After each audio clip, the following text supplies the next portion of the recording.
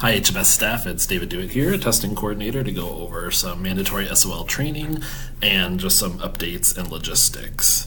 So just a review of the testing calendar that most of you are familiar with. We'll begin testing on Wednesday, May 15th with reading 8 and should conclude main testing by Wednesday the 22nd. Just a quick note up there, on Monday the 20th, most 8th graders are taking the civics test, but algebra honors and geometry honors students will be taking their math test on the 20th and then their civics test on the 22nd, just because of availability of graphing calculators. Notice that the bell schedule will switch for these 6 testing days, starting with unity time daily and also third period daily, but no hawk time. Also know that there's going to be 2 switch days. The 17th and the 20th will be switching first and 7th period on the 17th and second and 6th period on the 20th, and this is just to balance missed instruction time for 8th grade students. When students are testing, they're going to start the day out in unity time, all students, but if they're testing, when they leave unity time at 7:55, they're going to go to their assigned testing location, not to their normal first or second period class. Now, students that are not testing, let's say 7th graders on Wednesday the 15th when 8th graders are, they're going to go from unity time to their first period class, then a bell will ring and they'll go to third period and so on. So they'll follow this adjusted schedule. Know that students that are testing are going to be in their testing location from 8 a.m. until 10:35 a.m. So they'll be, even if they're finished early, they will stay in the same testing location. Now, there are going to be some students that are exempted based on their L status. That could be from reading or civics. If they are exempted on their testing schedule, they will see which room to go to for that testing time. They won't go to their normal class. All students have to take math and science, so nobody is exempted from that. So how are students going to know about this schedule and about the logistics of our testing setup?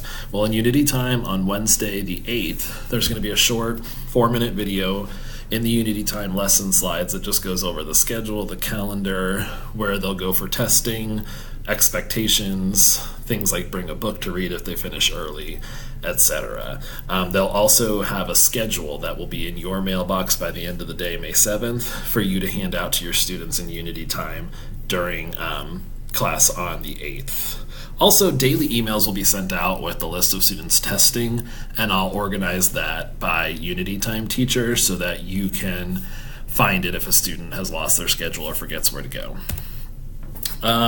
One of the big things we're going to have to do for all the classrooms that are used for testing is to prep your room. So make sure that any content-specific hangings, posters, are either covered or removed. You're free to just put some poster paper over it or newsprint or something to cover it up, or you can take it down or turn it around. This is only content-specific material for math, science, reading, or civics.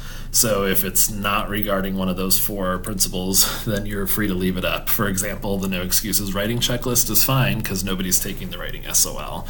Also consider if there are textbooks stored in each of the students' desks, those would need to be removed. Or do you have some type of cheat sheet or formula sheet taped down to the desk? Those would have to be removed.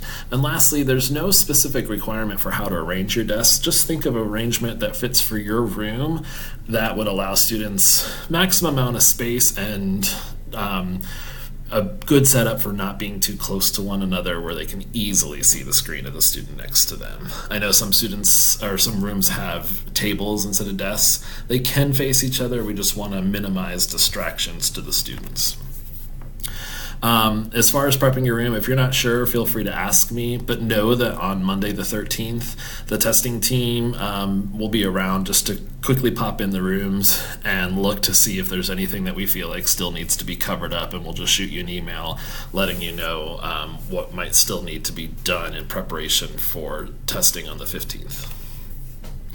Now, on the day of the test, for the 15th through the 22nd, you do not have to come to the Achievement Center in the morning to pick up your testing materials. We are going to come to you. There'll be 3 or 4 of us going around and delivering testing materials to you during Unity time. Even if your Unity time class is meeting elsewhere from where you're testing, we'll bring those materials to you. The only thing that's secure is the actual test ticket, and for that, we just ask that you keep it near you. Don't lay them out in advance. For example, don't put it out at 7:30 in the morning while Unity time is still in there. Otherwise, the other materials can, like for example, dictionaries or calculators and such, you just want to make sure no students are touching them. The computers will already be in the room for testing, and they'll be ready to go that morning. Keep them plugged in, don't have students use them during Unity time so that they're maximally charged. And then before the test begins, you can unplug the laptop from the cart, lay it out, you can even put the test ticket on it if you'd like, and just open the laptop lid, have the student strike the space bar, and it should wake up the computer, and it will already be at the test nav screen, so students do not have to log in to the computer. Also, other test materials that will be delivered to you and will be used by students, obviously pencil, scratch paper.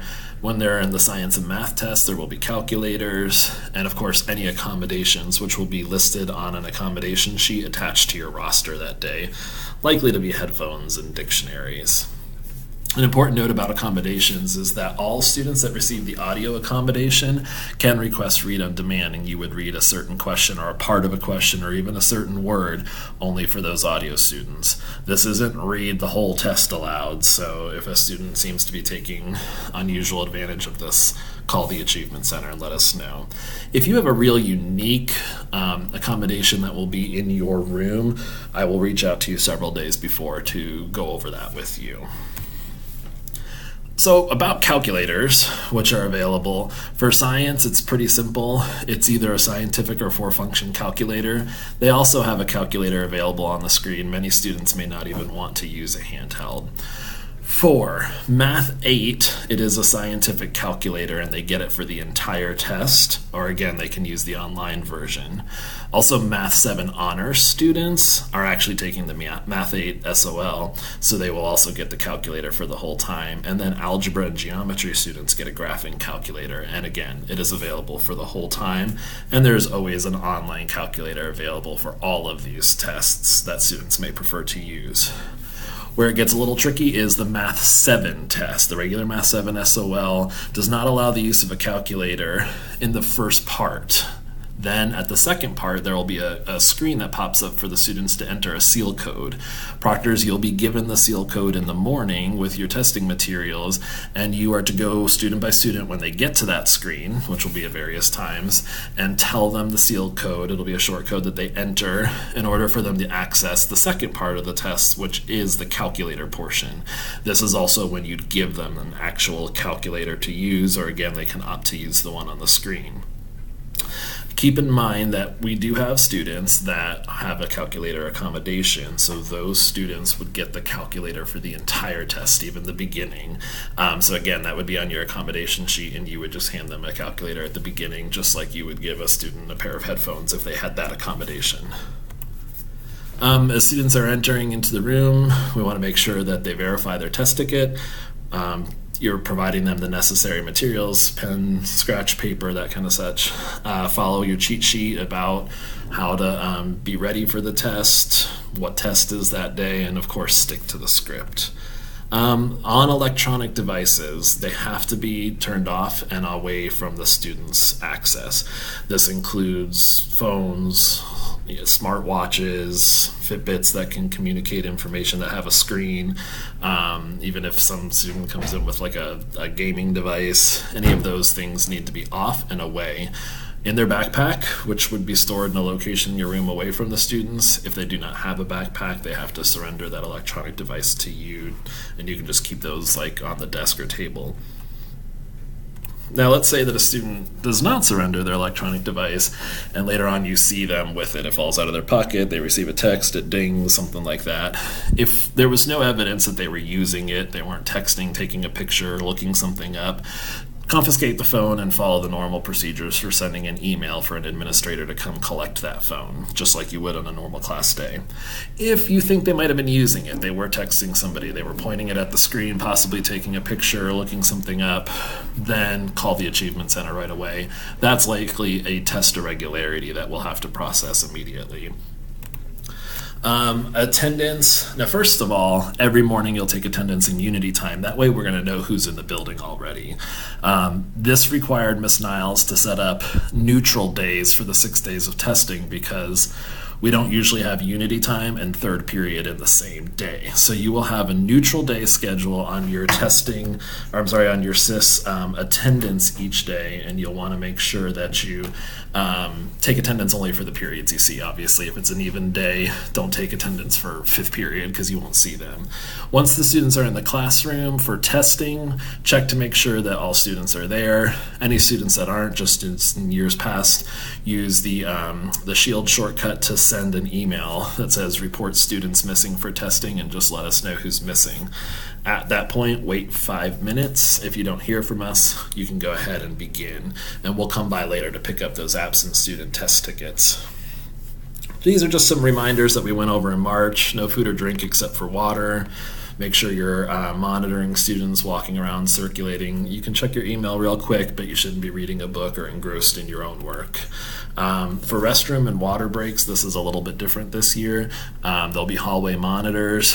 Simply stick your recycling bin outside of your door, and then you can shut your door, and a hallway monitor will show up shortly to escort students to get a drink of water to the bathroom. If you can see the water fountain from your hallway, if you're standing by the door and look in your room, you can send students on your own, but for the restroom, definitely use the monitor, unless there are 2 proctors, in which case one of you can escort the students. Just as in years past, as in March, you can't answer content-based questions, but you can answer mechanic questions. Just follow the testing script. When students finish, let's say they finish before 10:30, they are going to be staying in the room. They can read a book, they can put their head down, they can color or doodle. They're not to be disrupting other students. If they are being disruptive, there's going to be, and this will be in the daily email, a link for you to send an email and have that student leave and go to the ALC if they're causing a disruption. Remember, after the test, the students will close the computer. They'll put it back into the cart in the correct spot. Make sure that it's plugged in so it's charging and ready for the next day, please. Irregularity, we've gone over this before, but just any type of situation where we think that a student might have been cheating, influencing another person, maybe had access to something like a dictionary that they didn't have as an accommodation. When in doubt, just inform the Achievement Center right away and let us decide if that's something that we need to process. You will have to sign the test security agreement again. The details are in the email and in the wire, but please make sure you get that back to me signed and filled out on the back of the second page. Any tech issues, the first line of defense should be to just follow the prompts on the screen. It'll say Proctor click here, and it'll usually just have log the student out and log them back in because of connectivity issues. But if there's a problem, just call the Achievement Center and we'll dispatch somebody to you. You guys got this. Keep calm and pay attention to what the students are doing, circulating, no electronic devices, no food, and do not answer questions about test content. So your to-do, and this is outlined in the email and also it'll be in the wire, is just review these slides, which you're already doing. Take the short 3-question quiz, take you a minute, and then sign the test security agreement. And if we can do all this by the end of the day on 5/10, then you won't receive a harassing follow-up email from David. Any questions or concerns, just let me know, and thank you.